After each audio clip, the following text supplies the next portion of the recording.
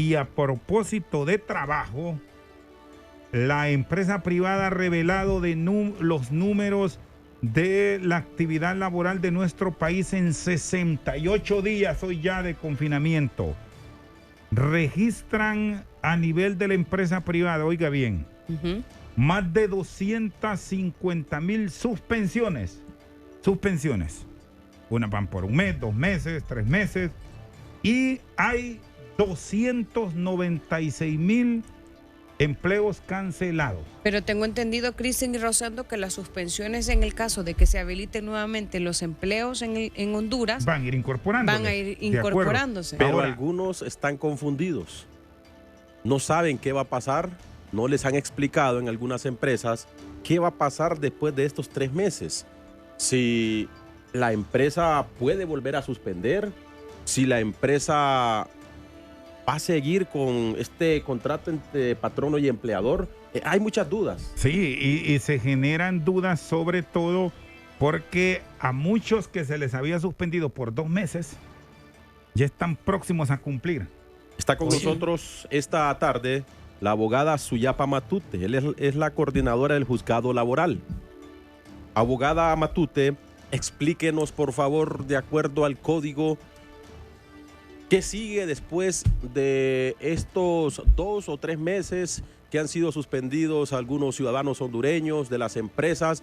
Porque tenemos varias consultas aquí en la cabina de HRN y de TSI de qué puede pasar, cuáles son los escenarios, cuáles son los panoramas. Gracias por atendernos esta tarde en HRN y TSI. Buenas tardes, muchas gracias por la invitación. Sí, hay muchas dudas y mucha incertidumbre en los trabajadores hondureños. Es por ello pues que en nuestro ordenamiento jurídico laboral es bien claro al señalar cuáles son los presupuestos por los cuales queda amparada una empresa y suspender los contratos individuales de trabajo. Esto ya está establecido en nuestra normativa de una manera clara con respecto a las suspensiones y está precisamente en el artículo 100 de nuestro Código del Trabajo.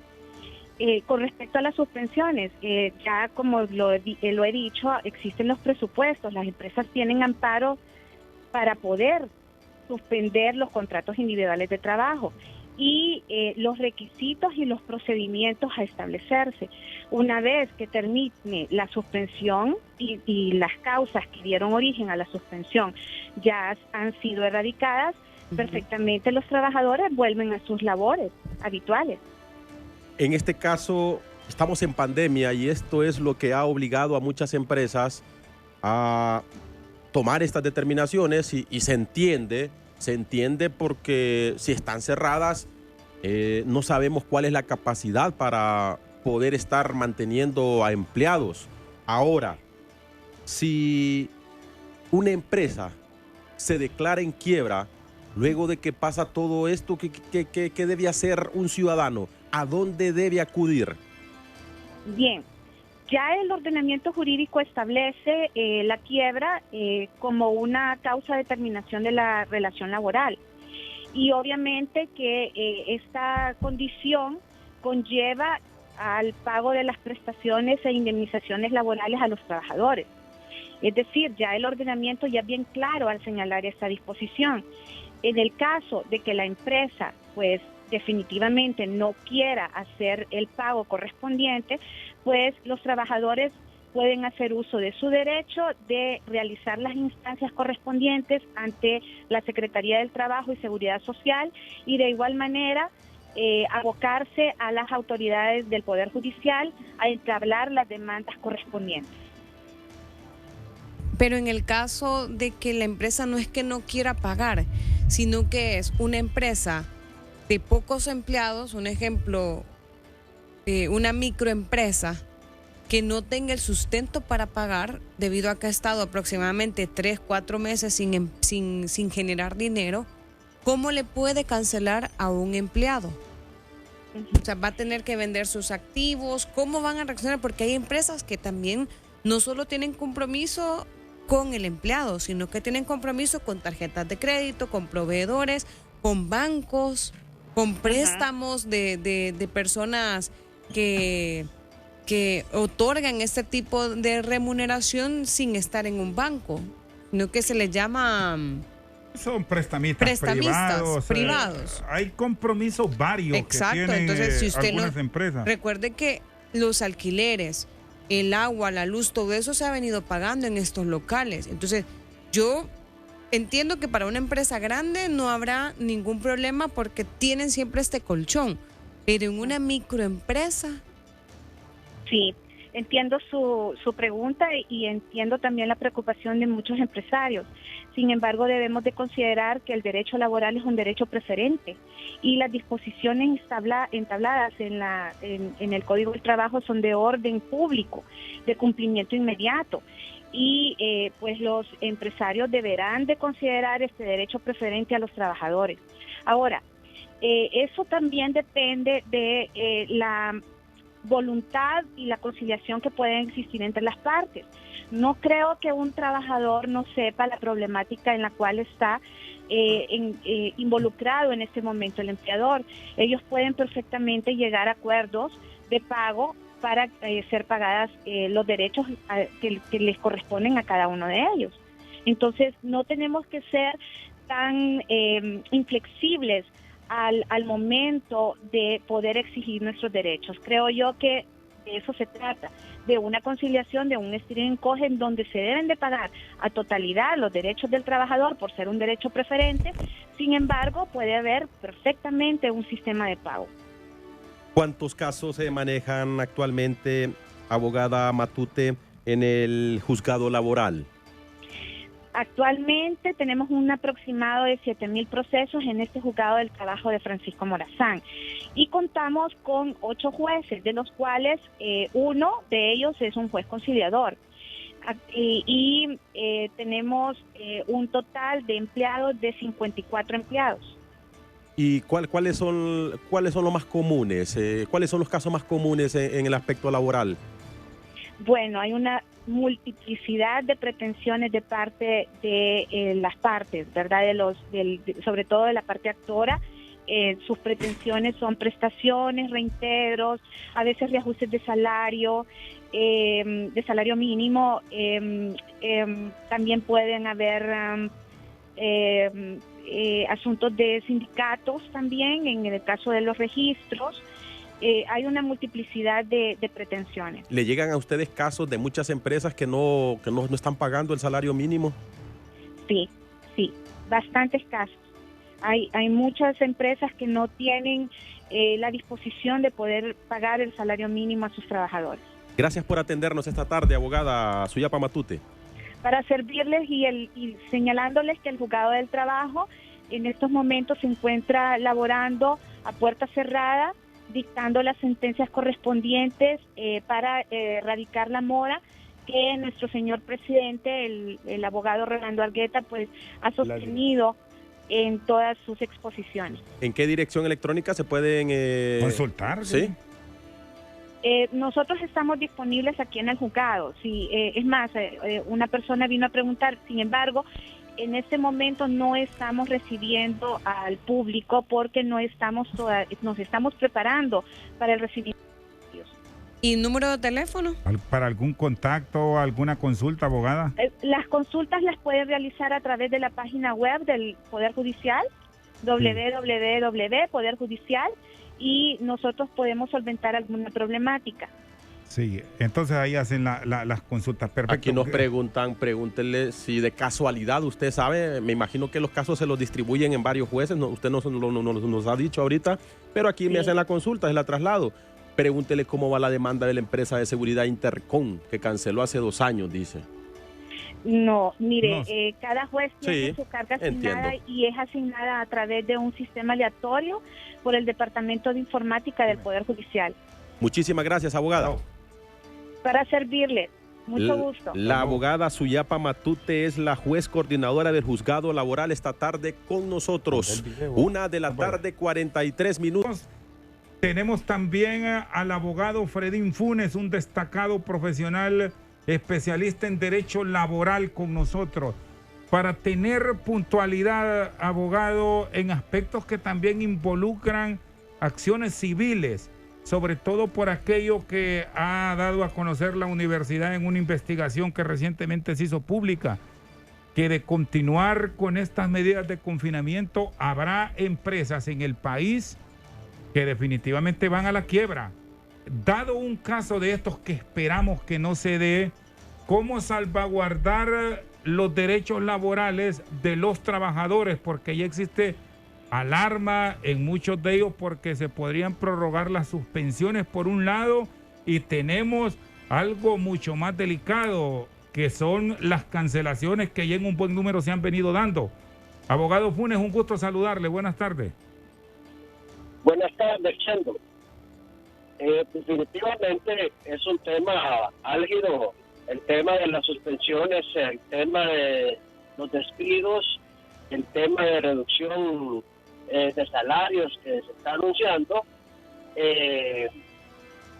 No sé, la ley ahí está, no ha sido modificada. Para el caso de las suspensiones, Chendo, los patronos que han decidido suspender, el Congreso Nacional emitió el decreto 3320, que es la ley de auxilio a la empresa privada y a los trabajadores, y la cual contempla un apartado de un aporte solidario que deben dar todos los patronos que están afiliados al RAP, y aquel que debe estar afiliado al RAP y no lo está haciendo las aportaciones, pues tendrá que responder.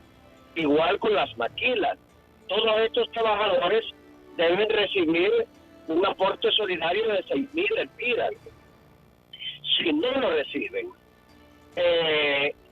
y ellos presentan la solicitud de suspensión, yo asumo que ellos definitivamente no van a poder acogerse a este decreto 3320 del Congreso Nacional, porque así como está diseñado el decreto, le da luz verde al patrono para que pueda suspender, pero que debe cumplir con ese aporte solidario. Yo considero que las empresas que no estén dando el aporte solidario, que no es la gran cosa, pero de algo le puede servir al trabajador, no le van a autorizar, ni el juzgado, ni creo que tampoco va a avalar una autorización que se dé por fuera del marco de ese decreto, porque no tendría sentido que el Congreso haya hecho eso y no se respete de repente cuál es la intención del legislador, que es que el patrono dé un aporte solidario a sus trabajadores. Por ahora nadie puede hablar de despidos, porque realmente, salvo que lleven el procedimiento de quiebra, pero ese es otro asunto. El asunto es que cada caso va a tener que ser analizado y va a tener que ser puesto a conocimiento de los tribunales del trabajo. Recordemos que los derechos del trabajador son de carácter irrenunciable, Chendo. Son de carácter irrenunciable, aunque los trabajadores firmen un documento. Pero eso son conquistas que en el transcurso del tiempo se han venido ganando, y no podemos comparar. Además, si hablamos de la empresa privada y trabajadores, no podemos hacer una comparación entre el único capital que tiene el trabajador es su salario, y el empresario no únicamente, su capital no depende únicamente de lo que le genere en ese momento el trabajador. El empresario tiene, de repente hay algunos que pueden tener para vivir toda una vida, toda su familia, y no van a gastar su fortuna. Entonces aquí es donde el empresario debe ir la solidaridad de lo que incluso establece ese decreto 3320. Sí, abogado. Sí, abogado Funes, en el caso de las suspensiones que aquí nos están consultando, ya se están venciendo los 2 meses que tenía de suspensión. ¿qué procede? Si la empresa no está lista o con los permisos para continuar, ¿solo se prorroga por un tiempo igual o habrá que volver a redactar un documento? ¿Qué establecen las leyes ante esta consulta? Bueno, la suspensión se puede llevar a cabo hasta por 120 días, hasta por 4 meses. Luego de eso no van a autorizar una suspensión la Secretaría del Trabajo. Ahí tendría que haber otro tipo de regulación. Lo que establece el decreto 3320 es que todos los que hayan decidido llevar a cabo la suspensión de contratos de trabajo de sus trabajadores deben presentar la solicitud. El patrón debe presentar la solicitud 3 días, dentro de los 3 días después que se suspenda el estado de emergencia. Yo asumo que este estado de emergencia a mediados de junio pueda que ya esté en suspenso, y en esos 3 días siguientes los patronos van a tener que presentar sus solicitudes y luego va a continuar el trámite, porque el trabajador también tiene derecho a oponerse ahí en esa solicitud que se va a presentar en la Secretaría del Trabajo. Abogado, ¿por qué no se consideró el tema de las personas con capacidades especiales y adultos mayores y también embarazadas para poder acogerlas a un sistema diferente que el que están llevando muchos empleados que han sido suspendidos? Porque yo he tenido varios casos que me han escrito a redes sociales sobre mujeres que han sido suspendidas, personas con capacidades especiales también. Entonces, ¿van a protegerlos al finalizar de esta suspensión? Me parece a mí que todo ese sector que es vulnerable, inclusive por la edad, lo mismo que hizo la Secretaría de Seguridad, y creo que también el Poder Judicial, ha autorizado a realizar trabajos, pero hay algunas personas que no están no las abarca por razón de la edad, por razón que tengan una enfermedad crónica. Igual, recordemos, recientemente salió un oficio de la policía que consideramos completamente arbitrario, que girando instrucciones que a todo el personal que mandaron por prevención del COVID-19, por la edad y por ese tipo de enfermedades crónicas, que todo ese tiempo se les cargara a vacaciones. Entonces, esto mismo debe pasar con la empresa privada. Me parece que el patrono también hay para procedimientos de reducción, para procedimientos de suspensión, también debe analizar esas condiciones de cada trabajador, la edad, inclusive hasta para los despidos, la cantidad de hijos que pueda tener una persona. Entonces, la antigüedad en el trabajo no es una cuestión que la deben de hacer desordenada, sino que hay un orden, y ya el Código del Trabajo también establece los parámetros para eso. Muy bien, gracias, abogado Funes, muy amable por sus aportaciones. A sus órdenes. Bien. Don Fredín Funes,